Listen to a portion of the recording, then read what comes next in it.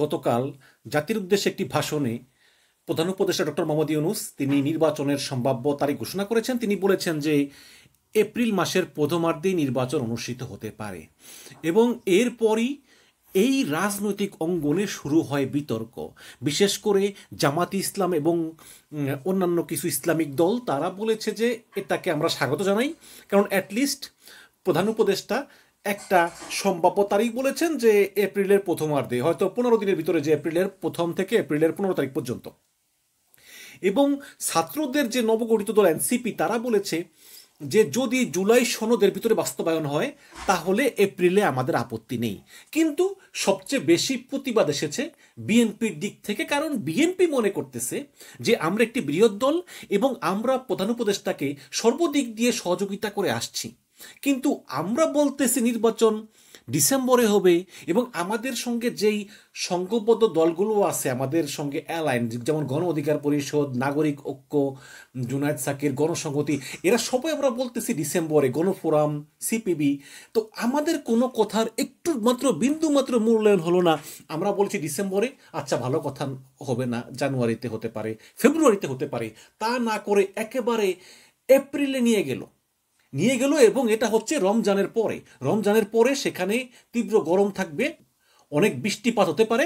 এবং সবচেয়ে বড় কথা হলো যে এই এপ্রিলে নির্বাচন যদি প্রথমার্ধে হয় তাহলে ক্ষমতা গ্রহণ করতে করতে যেই দল জিতবে, বিএনপি মনে করছে বিএনপি জিতবে, কিন্তু যেই দল জিতবে সেই দল ক্ষমতা গ্রহণ করতে করতে এপ্রিল শেষ হয়ে যাবে এবং এর ভিতরে কিন্তু বাজেট প্রণয়ন করতে হবে এবং এই বাজেট প্রণয়ন করতে গিয়ে কিন্তু বিএনপি অনেক সমস্যায় পড়বে, বা যেই দল ক্ষমতা আসে সেই দল সমস্যায় পড়বে। সুতরাং তারা বলতেছে যে এই এপ্রিল কোনোভাবেই গ্রহণযোগ্য না এবং আমরা বিএনপি সহ আমরা অন্যান্য যে দলগুলো আছি তারাই কিন্তু বাংলাদেশের সংখ্যাগরিষ্ঠ জনগণদের সঙ্গে আছে। সুতরাং এই আমাদের মতামত না নিয়ে ডক্টর ইউনূস একটা বিশেষ গোষ্ঠীর প্রভাবে তিনি এই এপ্রিলে নির্বাচন দিয়েছেন।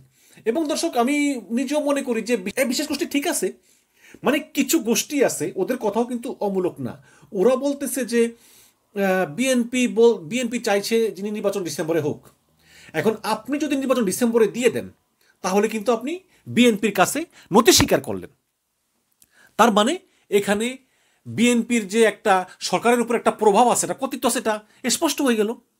কিন্তু আবার আপনি যদি আপনার নিজের কথায় অটল থাকেন যে একদম জুন পর্যন্ত, তাহলেও আবার বেশি দেরি হয়ে যায়। সুতরাং আপনি একটা মাঝামাঝি ইন বিটুইন আপনার সময় দেন, তো আলোচনা করে সবার সঙ্গে এই এপ্রিলের প্রথম সপ্তাহে নির্বাচনের তারিখ ঘোষণা করা হয়েছে। এখন বিএনপির কথা হচ্ছে যে আমরা বড় দল, আমরা বলতেছি যে নির্বাচন ডিসেম্বরে হবে, সেনাবাহিনী একটা বৃহৎ শক্তি, আর্মড অস্ত্র আছে, সেনাবাহিনীর প্রধান বলতেছে যে নির্বাচন ডিসেম্বরে হবে। এছাড়া আমাদের সঙ্গে অ্যালাইন যে বামপন্থী দলগুলো আছে সেটা তারা বলতেছে ডিসেম্বরে হবে। কিন্তু এই জামাত ইসলাম এবং এনসিপির দ্বারা ডক্টর ইউনূস এমনভাবে প্রভাবিত হয়েছেন যে তিনি আমাদের কোনো কথা শুনতেছেন না। এবং জাতির উদ্দেশ্যে ডক্টর ইউনূস তার ভাষণে আরও অনেক কথা বলেছেন যে রোহিঙ্গাদের জন্য মানবিক করিডোর দেওয়া হবে এবং চট্টগ্রাম বন্দর যোগ্য কোনো বিদেশি কোম্পানির হাতে ছেড়ে দেওয়া হবে। এবং এর পরপরই কিন্তু বিএনপি একটা স্থায়ী কমিটির মিটিংয়ে বসে এবং সেখানে লন্ডন থেকে ভার্চুয়ালি যুক্ত হন বিএনপির ভারপ্রাপ্ত চেয়ারপারসন তারেক রহমান, এবং সেখানে এই এপ্রিলে নির্বাচনের বিষয়ে দারুণ সমালোচনা করা হয় এবং সেখানে স্পষ্টভাবে বলা হয় যে সরকারকে বিএনপি যতই সহযোগিতা করতেছে কিন্তু সরকার বিএনপিকে প্রতিপক্ষ ভাবতেছে। এবং প্রধান উপদেষ্টা যেই ভাষণ দিয়েছেন সেখানে তিনি সভ্যতা ভব্যতার সীমা অতিক্রম করেছেন, তার শব্দ চয়নগুলো সঠিক ছিল না। যদিও তারা স্পেসিফিক বলেনি যে প্রধান উপদেষ্টা ডক্টর ইউনূস ঠিক কোন কোন বিষয়ে শব্দ চয়নে তিনি ভুল করেছেন তা বলেননি। এবং তারা আরও বলেছেন যে মানে বিএনপির স্থায়ী কমিটি আরও বলেছেন যে ডক্টর ইউনূস সম্পূর্ণভাবে একটা বিশেষ গোষ্ঠী দ্বারা প্রভাবিত, যে গোষ্ঠী আসলে বিএনপিকে মাইনাস করতে চায়। আওয়ামী লীগ তো মাইনাস হয়ে গিয়েছে, বিএনপিকেও মাইনাস করতে চায়। এখন বিএনপি এই এপ্রিলে নির্বাচন মানে না, বিএনপি নির্বাচনটা ডিসেম্বরে, জানুয়ারিতে হলেও মেনে নিবে, কিন্তু এপ্রিলে কোনো মতেই না। এখন সাংবাদিকরা প্রশ্ন করেছিল যে যদি নির্বাচন আসলে ডিসেম্বরে না হয় বা ডক্টর ইউনূস নির্বাচন ডিসেম্বরে না দেন, ডক্টর ইউনূস ওই এপ্রিলের প্রথমার্ধেই তিনি নির্বাচন করবেন বলে তিনি প্রতিজ্ঞাবদ্ধ থাকেন, তাহলে আপনারা কি পদক্ষেপ নেবেন?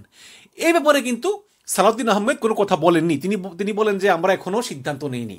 তবে আমার মনে হয় যে দর্শক, এখানে একটা মানে রেশারেশির ব্যাপার আছে। সেটা হচ্ছে কি যে ডক্টর ইউনূস বলেছেন যে ছোট সংস্কার হলে নির্বাচন ডিসেম্বরে, বড় সংস্কার হলে জুনে। তিনি তো বলেছেন এই কথা। এখন অনেকেই বলেন যে সংস্কারগুলো তো দৃশ্যমান নয়। এটা একটা ভুল কথা। সংস্কার তো এখনো শুরুই হয়নি। সংস্কারের জন্য যে কমিটিগুলো আছে ওই কমিটিগুলো মতামত দিবে, মতামত দেওয়ার পরে এটা আইনে পরিণত হবে। এগুলো হচ্ছে সংস্কার, এবং এই সংস্কারগুলো এই ইমপ্লিমেন্টেশন এটা ডক্টর ইউনূস কিছু কিছু করবে, এবং তারপরে যে নির্বাচিত সরকার আসবে এরপরে নির্বাচনে তারাও কিছু কিছু করবে, এবং এই কাজ কিন্তু চলমান। এবং সরকার কিন্তু প্রচুর অর্থনৈতিক বিভিন্ন দেনা পরিশোধ করেছে। মানে আওয়ামী লীগের আমলে দেশটা কেমন অবস্থায় রেখে গিয়েছে যে খুবই খারাপ অবস্থায় পেয়েছে, এটা ইউনূস সরকার কিন্তু করতেছে ঠিক মতো। কিন্তু ইউনূস সরকারের ভিতরে একটা গ্রুপ আছে, এই গ্রুপটা বলতেছে যে বিএনপি যেভাবে অনেক জায়গায় তৃণমূলে চাঁদাবাজি করতেছে, এই করতেছে সেই করতেছে, এবং বিএনপি ধরেই নিয়েছে যে তারা ক্ষমতা যাবে। যদিও আমি বিশ্বাস করি ক্ষমতা যাবে, কারণ অনেক বড় দল, তাদের মতো বড় দল তো আর নাই। তো এখন যদি আপনি বিএনপিকে বেশি প্রশ্রয় দেন এবং বিএনপির কথা মতো চলেন, বিএনপির কথা মতো কাজ করেন, তাহলে কিন্তু নির্বাচনে লেভেল প্লেইং ফিল্ড আর থাকবে না। সুতরাং বিএনপি যা বলে তা শোনা যাবে না, বরঞ্চ আপনি এমনটা ভাব করবেন যে আপনি কারো কাছে নতি স্বীকার করেন না। এবং সবচেয়ে বড় কথা হলো যে বিএনপি ডিসেম্বরে নির্বাচন চায়, সেনাপ্রধানও ডিসেম্বরে নির্বাচন চায়। এখন আপনি যদি ডিসেম্বরে নির্বাচন দেন, তাহলে পাবলিক বলবে যে ডক্টর ইউনূস আসলে ওই 111 সরকারের মতো। যেমন 111-এর প্রধান ছিল কে? সরকার প্রধান ফখরুদ্দিন আহমেদ, কিন্তু সরকার চালাতো কে? সেনাপ্রধান মঈনুদ্দিন আহমেদ। তো এখন যাতে পাবলিক এই কথা বলতে না পারে যে ডক্টর ইউনূস একটা পুতুল উপদেষ্টা, আসলে দেশ চালায় সেনাপ্রধান জেনারেল ওয়াকারুজ্জামান। এই কারণে ডক্টর ইউনূস তিনি বলেছেন যে আমি কারো কথা শুনবো না। যদিও এর ভিতরে ডক্টর ইউনূসকে সরানোর একটা ষড়যন্ত্র ছিল, বা সেনাপ্রধানকেও সরানোর একটা চক্রান্ত ছিল, কিন্তু কিছুই হয়নি, সবই ঠিক আছে। এবং আজকে সকালে দেখলাম যে আওয়ামী লীগ কীভাবে ধরা খায় দেখেন।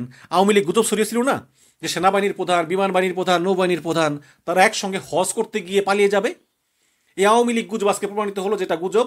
আজকে সেনাবাহিনীর প্রধান জেনারেল ওয়াকারুজ্জামান ডক্টর ইউনূসের সঙ্গে দেখা করেছেন সস্ত্রীক, নৌবাহিনীর প্রধান তিনি দেখা করেছেন ডক্টর ইউনূসের সঙ্গে। তো সব কিছু ইনশাল্লাহ ঠিক আছে, কোনো সমস্যা নেই। নির্বাচনের সময়ও ঠিক হয়ে গিয়েছে এপ্রিলের প্রথমার্ধে। শুধু সমস্যা একটাই, সেটা হচ্ছে যে বিএনপি আসলে চায় নির্বাচনটা ডিসেম্বরে হোক, এবং বিএনপি প্রচুর নাকশ। এখন প্রশ্ন হচ্ছে যে আসলে বিএনপি কি করবে? দর্শক, আমার মনে হয় যে বিএনপি নিজেও বোঝে যে যদি তারা ডক্টর ইউনূসের বিরুদ্ধে মাঠে নামে, তাহলে তাদের জনপ্রিয়তা আরও হ্রাস পাবে। কারণ আমি তৃণমূলে অনেক বিএনপির ইয়াং ছেলেপেলে দেখেছি, তারাও কিন্তু এইসব বিষয়গুলো ভালোভাবে নিচ্ছে না।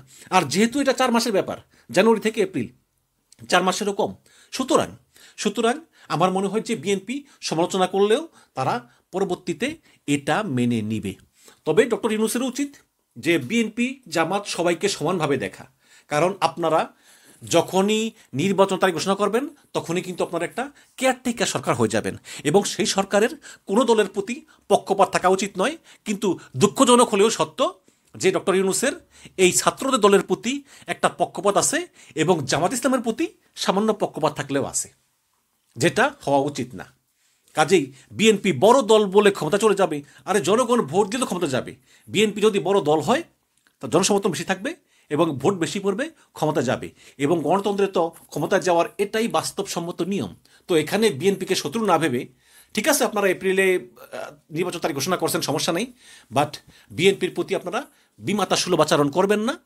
আপনারা সবার জন্য একটা লেভেল প্লেইং ফিল্ড করবেন, যাতে জনগণ যাকেই ভোট দেয় সেই নির্বাচিত হয়ে ক্ষমতায় আসে। সেখানে সেটা বিএনপি হতে পারে, জামাত হতে পারে, যেই হোক, এটাই হবে আহ্বান। এবং যদিও বিএনপি খুবই নাখোশ, খুবই রাগান্বিত, বাট আমার মনে হয় যে বিএনপির আসলে এগুলো করা উচিত না। কারণ এখানে মাঠে আওয়ামী লীগ নাই, যেই দলটা 100%-এরও বেশি ধরা যায় যে নির্বাচন হলে তারই ক্ষমতায় আসবে। কারণ তাদের এই 2 মাস 4 মাস এগুলো না করে, এবং তাদের দলের যে নেতারা বিভিন্ন কথা বলে, যেমন দুদু ভাই বলে প্রস্তাবে ভাসিয়ে দিব, বুলু ভাই বলে যে ডক্টর ইউনূস হচ্ছে খ্রিস্টান, তো এই ধরনের কথাবার্তা আসলে জনগণের মনে ক্ষোভ বাড়ায়।